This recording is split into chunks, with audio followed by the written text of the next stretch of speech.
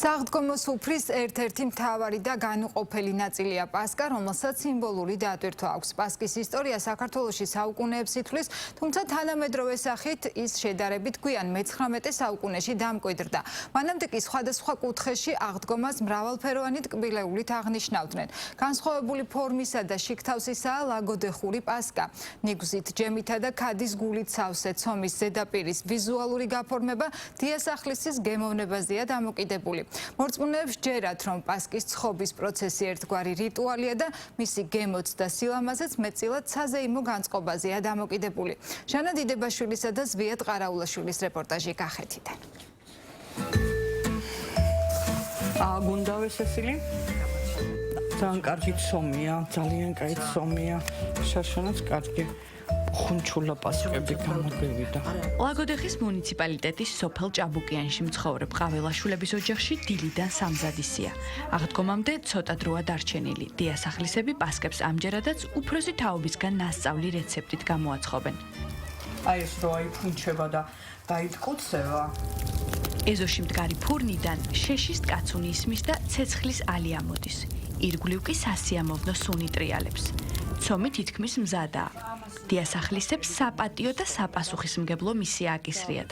პასკები მთელი ოჯახისთვის, სტუმრებისთვის და საგზლად გასატანებლადაც საკმარისი უნდა იყოს. პასკის აბსოლუტურად არაფერი არ ვიცოდი, უბრალოდ ბებია მყავდა ამ სოფელში და უყურებდი ბავშვი როგორ აცხობდნენ პასკას.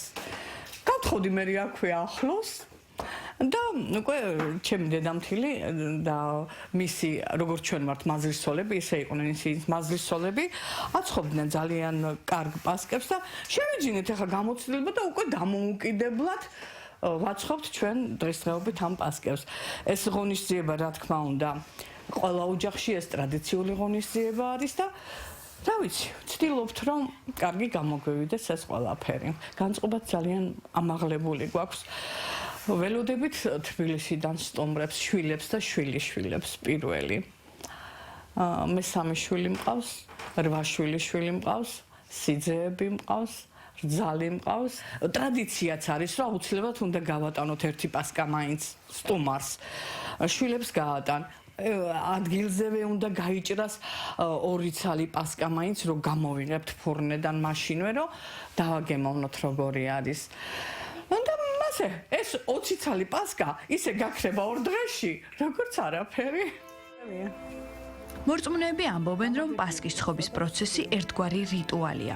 იმისთვის, რომ ლამაზი და გემრიელი გამოვიდეს, ხალისი და განწყობაც საზეიმო უნდა იყოს.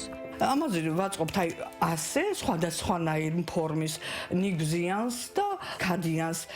ამას რომ გავავსებთ სუყოლას და ფურნეთს რომ მზად იქნება უკვე, ამას გადაუსვავთ კვერცხს და აფუვდება ეს კიდე და შევალაგებთ ალბათ 45-50 წუთი ფურნეში. ლაგოდეხური პასკა სრულიად განსხვავებული ფორმისა და შიგთავსისაა. ნიგზით, ჯემით და ქადის გულით სავსე. ცომის ზედაპირის ვიზუალური გაფორმება კი დიასახლისის გემოვნებაზეა დამოკიდებული. მზად არის თუ არა ფურნე გამოსაცხობად, ამას ძალიან მარტივად ამოწმებენ. 50 თვლაზე თუ შიგნით არსებულ ტემპერატურას ხელი გაუძლებს, ეს იმას ნიშნავს, რომ შიგნით უკვე შესაძლებელია შეიდგას საცხობი ფორმა, რომელზედაც პასკის ცომია მოთავსებული. პასკა მაცხოვრის აღდგომის სიხარულისა და ქრისტიანთა ერთობის სიმბოლოდ მიიჩნევა.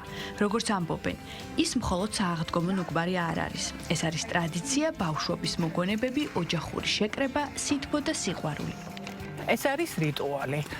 მთელი ერთი კვირის განმავლობაში ასე მზადება ჰქონდათ ჩემს დედას, აგერ ჩემს ბიცოლას და იწყებოდა ეს პასკის გამოცხობის პერიოდი და აქ ფუსფუსი იყო.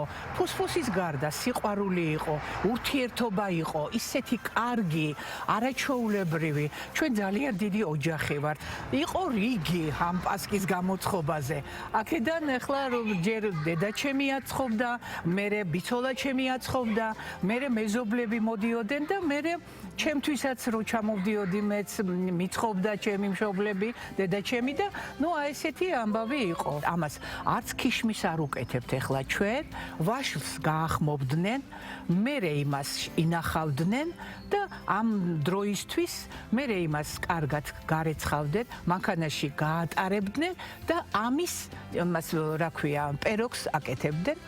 და ეს იყო ისა და ეხლა გაადვილებულია ყველაფერი და რაც აქვთ იმით ვაკეთებთ. ჩვენი პასკა მზად არის, გამოცხვა. გიორგეთი პასკებით განთქმული სოფელია. ნონა მირზელაშვილი საკუთარი ნახელავით ამაყობს. პასკის საოცარი გემოვნური თვისებების მთავარ მიზეზად შეშით გახურებული აგურის ფურნე და ის ინგრედიენტები მიაჩნია, რომლებსაც დიასახლისები ცხობისას დაუზოგავად იყენებენ. აფულდეს უნდა მერე შეგვაქვს ფეთში, მანამდე არა. აღდგომისთვის სოფელში ჩამოსულ ოჯახის წევრებს, როგორც ყოველთვის, ამჯერადაც საკუთარი ხელით გამომცხვარ პასკას და წითლად შეღებულ კვერცხებს დაახვედრებს. სულ ყველა ჩამოდიან ჩემი შვილები, შვილიშვილები ერთად შევიკრიბებით და სტუმრებიც მოგდიან და გაუმასპინძლდებით იმ სტუმრებს. ხალისი გვაქვს, რომ ჯერ რომ ეს ხდება და კეთდება და კვერცხი უნდა შეიღებოს და იქ ჯეჯილი არის და მოდიან შვილები, შვილიშვილები, სტუმრები მოგდიან, შევთხოვთ უფალს, რომ მრავალს დაგვასწროს აღდგომის დღესასწაულს და კარგად ყავდნენ შვილები და ყველა კარგად იყოს და თელმა საქართველოს მშვიდობიანად იცხოვროს და იცოცხლოს ხალხმა. სურვილებიც ისეთივე ბევრი და მრავალფეროვანი იქნება, როგორც სააღდგომო სუფრა. და ერთად აღნიშნავენ სიკეთის გამარჯვებას ბოროტებაზე, სიცოცხლის ზეიმს სიკვდილზე.